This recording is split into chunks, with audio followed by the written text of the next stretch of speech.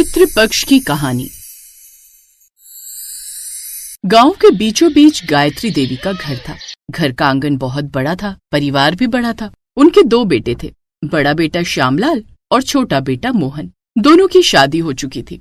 बड़ी बहू यानी जेठानी का नाम था कमला और छोटी बहू यानी देवरानी का नाम था राधा। कमला उम्र में बड़ी थी लेकिन कामकाज में थोड़ी ढीली और उसे आराम पसंद था। वहीं राधा मेहनती, फुर्तीली और हर काम में आगे। पितृपक्ष का पवित्र समय आने वाला था। सास ने अपनी दोनों बहुओं से कहा, बहुओं, कल तुम्हारे ससुर जी का श्राद्ध है तो तुम सुबह जल्दी उठकर सब काम कर लेना। याद रहे, पहले घर की साफ सफाई होती है, उसके बाद ही रसोई बनाने का काम। माँ जी, आप चिंता मत कीजिए, मैंने सब देखा है। अपनी माँ को, वो भी हमारे पूर्वजों का ऐसे ही श्राद्ध करती थी। मेरी समझदार बहू। अच्छा, अब मैं मंदिर होकर आती हूँ। पंडित जी को कल के लिए बोलना भी तो है। तुम तब तक घर के कामकाज निपटा लो। गायत्री मंदिर चली जाती है। फिर भगवान के दर्शन करने के बाद, पंडित जी, कल उनका श्राद्ध है तो आप 8 बजे तक आ जाइएगा। जी आप फिक्र मत कीजिए, मैं समय पर आ जाऊंगा। अगले दिन राधा सुबह सुबह मुर्गे की बांग से उठ गई। राधा जल्दी उठी और नहाकर घर के कामकाज में लग गई। चलो, आज का दिन बहुत बड़ा है। पितरों का तर्पण करना है, आंगन, रसोई सब चमचम होना चाहिए। वो स्नान कर आंगन में झाड़ू लगाने लगी। उधर कमला अभी बिस्तर पर आराम से लेटी हुई थी। कुछ देर बाद, अरे राधा, तू तो मुर्गे से पहले ही उठ गई। थोड़ा आराम भी कर लिया कर, पूजा तो पंडित जी का काम है। हाँ दीदी, लेकिन उससे पहले घर आंगन साफ सुथरा भी तो होना चाहिए, तभी तो पितर प्रसन्न होंगे। कमला ने सिर हिलाया और फिर से खाट पर जाकर लेट गई। आज के लिए खीर, पूड़ी, चने की दाल, लौकी की सब्जी, पापड़ और पिंड बनाने के लिए चावल उबालने होंगे। वो चूल्हे पर लकड़ी सुलगाने लगी। धुआं उठा तो उसकी आंखें लाल हो गईं और खांसी भी उठने लगी। लेकिन वो लगातार काम किए जा रही थी। राधा, इतनी भी क्या जल्दी है, आराम से बना ले। पंडित जी तो अभी 2 घंटे बाद आएंगे। दीदी जल्दी कर लेंगे तो चैन रहेगा। पूजा के समय भागदौड़ नहीं करनी पड़ेगी। हम भी पितरों की पूजा में आराम से शामिल हो पाएंगे। इतने में सास श्रीमती जानकी आंगन में आई। अरे वाह राधा, तूने तो आधा काम भी कर लिया। कमला, तू भी मदद कर ले थोड़ी उसकी। वो सब तेरे भी पूर्वज हैं, थोड़ा आशीर्वाद उनका मिल जाएगा। माँ जी, राधा को काम करने में मजा आता है तो मैं क्या करूँ। मैं थोड़ी देर में तैयार होकर आती हूँ। वो क्या है ना, रील्स भी तो बनानी है। राधा घर के कामकाज में जुटी रही। सास ने हल्की भौएं चढ़ाई। इसे तो बस अपने फैशन और रील्स की ही पड़ी रहती है, बाकी सब चीजों की तो कोई चिंता ही नहीं। बड़ी बहू ये है, लेकिन यही अपने सारे फर्ज भूल गई। जाने दीजिए ना माँ जी, आप जानती तो हैं जेठानी जी को, वो ऐसी हैं। और वैसे भी काम हो तो रहा है, पंडित जी के आने से पहले मैं सब कर लूंगी। अब राधा खाना बनाने की तैयारी करने लगी। दीदी, आप आकर देख लीजिए, पिंड सही बने हैं ना। तूने बनाया तो अच्छे ही होंगे, मैं तो वैसे भी गोल गोल नहीं बना पाती। राधा ने मन ही मन सिर हिलाया और काम पूरा कर लिया। कुछ देर बाद पड़ोस की शांति चाची आई। अरे वाह राधा बिटिया, तू तो सब कुछ अकेली कर रही है। कमला कहाँ है? मैं यहाँ हूँ चाची जी, मैं देख रेख का काम कर रही हूँ कि कहीं कोई कमी बेसी तो नहीं है। देख रेख से नहीं, हाथ बटाने से घर चलता है बहू। जीती रहे छोटी बहू, देखना सब आशीर्वाद तुझे ही मिलेगा। कमला ने मुंह बना लिया। कुछ देर बाद पंडित जी आ गए। उनके दोनों बेटे भी आ गए। पुरुष सदस्य तर्पण करने बैठे। राधा थाल लेकर आई जिसमें खीर, पूरी, दाल, सब्जी सब सजा था। पंडित जी ने मंत्रोच्चार शुरू किए। उनके पूर्वज आए और आशीर्वाद देकर चले गए। राधा तब भी हर काम खुद ही कर रही थी, जबकि उसकी जेठानी तो बस फोटो और रील्स बनाने में मस्त थी। ओफो, इसे तो बिल्कुल भी अकल नहीं है। कुछ देर बाद सब काम अच्छे से हो जाता है। बहुत श्रद्धा से सब हुआ। अब भोजन गाय, कुत्ते और कौओं को भी बांटना ना भूलें। राधा ने खुद अपने हाथ से सब बांटा। कौवे आकर झटपट खीर खाने लगे। देखा कमला, जब कौवे तृप्त होकर खाते हैं तो मानो पितर प्रसन्न हुए। ये सब राधा की मेहनत का फल है। अब इस बात की कमला के मन में चुभन सी हुई, पर उसने कुछ नहीं कहा। फिर पूजा के बाद सब लोग खाना खाने बैठे। स्वादिष्ट खीर और पूड़ियों की खुशबू ने सबका मन मोह लिया। वाह राधा, आज का भोजन तो अद्भुत है, मजा आ गया। क्या बात है। हाँ, पर इसे बनाने में मेहनत भी खूब लगी होगी। सभी की नजरें राधा की ओर गईं। सब बस राधा की तारीफ किए जा रहे थे। जिसे देखो बस इसी की तारीफ किए जा रहा है। कमला, तू बड़ी बहू है, तुझ पर घर की जिम्मेदारी भी बड़ी है। आराम करने से घर नहीं चलता।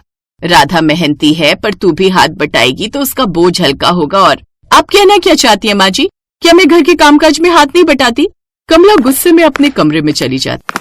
उसका पति मोहन कुछ देर बाद कमरे में जाता है। क्या हुआ कमला, माँ की बात का बुरा मान गई? और वैसे भी मैं सुबह भी देख रहा था, पूजा के वक्त भी तुम बस रील्स और फोन में बिजी थी। ऐसा लग रहा था तुम्हें पूजा में कोई इंटरेस्ट ही नहीं है। पितरों का आशीर्वाद पाने के लिए लोग पूरे साल इंतजार करते हैं और तुमने वो दिन भी गवा दिया। कमला गुस्से में सो गई। अब वो अपनी देवरानी से थोड़ी उखड़ी उखड़ी रहती। राधा, ये वाली रस्सी मैंने बांधी है, इस पर मैं अपने कपड़े सुखाऊंगी, तू अपने कपड़े उस तरफ डाल। लेकिन दीदी, यहाँ तो काफी जगह खाली है अभी, और उस तरफ धूप नहीं आती ठीक से। वो सब मैं नहीं जानती, मैंने बोल दिया ना, तो बस उस तरफ डाल।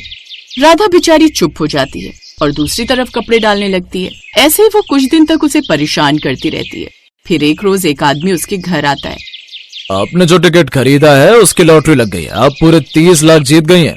मैं जानती थी मेरी लॉटरी लग जाएगी। मैडम, लॉटरी आपकी नहीं बल्कि इन मैडम की लगी है, यानी कि राधा जी की। ये सुनकर राधा बड़ी खुश हो जाती है। देखा बहू, तुझे पितरों का आशीर्वाद आखिरकार मिल गया। इसलिए कहते हैं कमला बहू कि पितरों के आशीर्वाद कभी खाली नहीं जाता। ये सुनकर अब कमला को अपनी गलती का एहसास होता है और वो अपनी देवरानी से माफी मांगती है। उस दिन के बाद अब वो अपना आलस त्याग देती है और अब वो भी हर साल पितरों का श्राद्ध बड़ी श्रद्धा से करती है।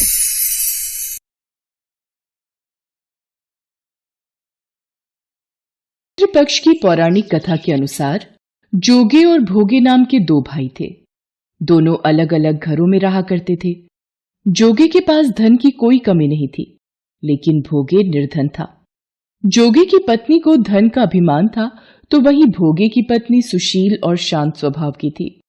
पितृपक्ष आने पर जोगे की पत्नी सुषमा उससे पितरों का श्राद्ध करने के लिए बोली। सुनो जी, श्राद्ध शुरू होने वाले हैं, पितरों का श्राद्ध करना है। अरे सुषमा, तुम भी क्या बेकार में व्यर्थ की काम करने की सोचती रहती हो? हैं? पहले ही व्यापार ठीक नहीं चल रहा है, ऊपर से तुम फिजूल खर्च में दिमाग लगाती रहती हो।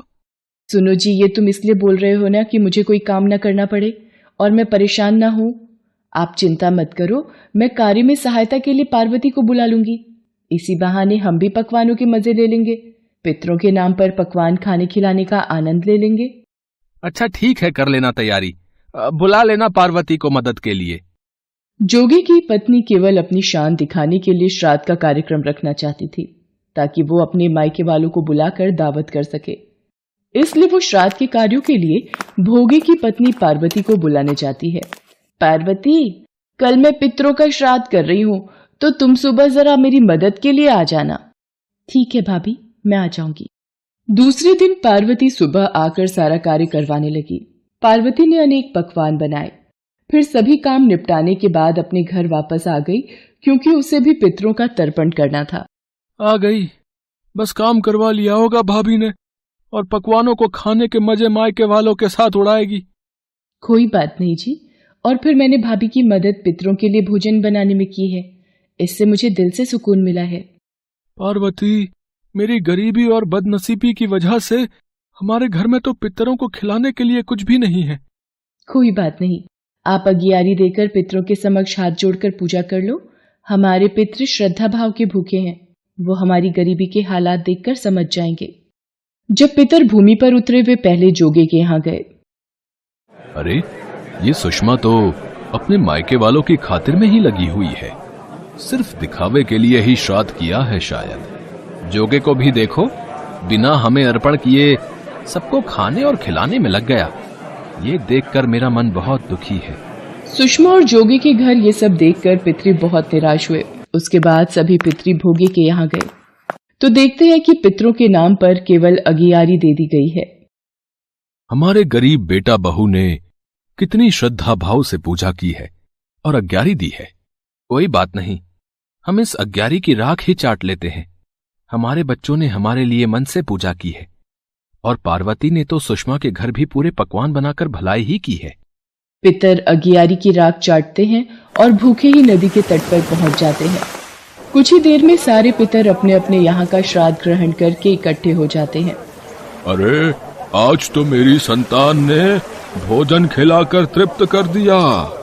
सारे पितर बताने लगे कि उनकी संतानों ने किस किस तरह से उनके लिए श्राद्धों के पकवान बनाए। जोगी भोगे के पितरों ने भी अपना सारा कुछ बताया। अगर भोगे निर्धन न होता और श्राद्ध करने में समर्थ होता तो शायद हमें भूखा वापस नहीं आना पड़ता। क्योंकि भोगे के घर में तो खाने के लिए भी 2 वक्त की रोटी नहीं थी, वो हमें क्या खिलाता। ये सारी बातें सोचकर पितरों को भोगे पर दया आ गई। अचानक से वे नाच नाच कर गाने लगे कि भोगे के घर धन हो जाए, भोगे के घर धन हो जाए। शाम का समय हो चला था, लेकिन भोगे के घर में खाने को कुछ भी नहीं था। उसके बच्चे भूखे थे।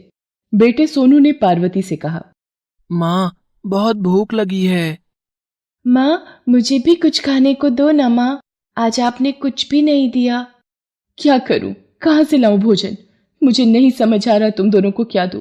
जाओ, आंगन में वो बर्तन रखा है, उसे उलट कर देख लो, कुछ मिल जाए तो आपस में बांट कर खा लो। बच्चे जब वहां जाकर बर्तन देखते हैं तो वे दौड़े दौड़े माँ के पास जाते हैं। माँ, उस बर्तन में तो सोने के सिक्के हैं। ये क्या बोल रहा है तू? माँ, भैया सच बोल रहे हैं, उस बर्तन में सोने के सिक्के भरे हुए हैं। पार्वती आंगन में आकर देखती है, बर्तन में सोने के सिक्के चमक रहे होते हैं। पार्वती के आश्चर्य का ठिकाना नहीं रहता। क्या हुआ पार्वती? अरे ये सोने के सिक्के इस बर्तन में? पार्वती, ये तो भगवान का कोई चमत्कार है। सुनो जी, आज पितरों के आशीर्वाद से ये सब हुआ है। भगवान आप बहुत दयालु हो। इस तरह पितरों के आशीर्वाद से भोगे भी धन धान्य से परिपूर्ण हो जाता है, लेकिन वो इस बात का बिल्कुल अहंकार नहीं करता है और अगले बरस पूरी श्रद्धा के साथ भोगे और पार्वती अपने पितरों का श्राद्ध करते हैं। जेठ जेठानी को बुलाकर सम्मान के साथ सोने और चांदी के बर्तनों में भोजन कराते हैं। इससे उनके पितर बहुत प्रसन्न होते हैं। पितर बहुत दयालु होते हैं। संतान के द्वारा श्राद्ध कर्म और पिंडदान आदि करने पर उन्हें तृप्ति मिलती है और वे अपनी संतानों को धन धान्य और खुश रहने का आशीर्वाद देते हैं। यदि पितरों का श्राद्ध विधि पूर्वक किया जाए तो पितरों की कृपा सदैव परिवार पर बनी रहती है।